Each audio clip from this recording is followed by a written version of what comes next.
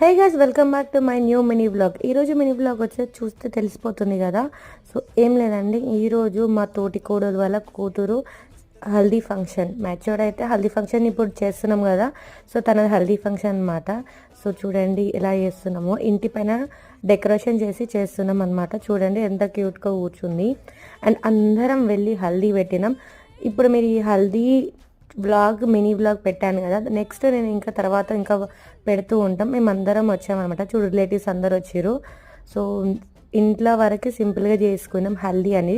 Next day ఇంకా ఏమంటారు, sari function కదా. సో అందుకని కొంతమందితో ఇట్లా చేసుకున్నాం అనమాట. అండ్ ఫోటోషూట్ అవన్నీ చేసినాం. తనకి ఫొటోస్ అంటే చాలా ఇంట్రెస్ట్ తక్కువ.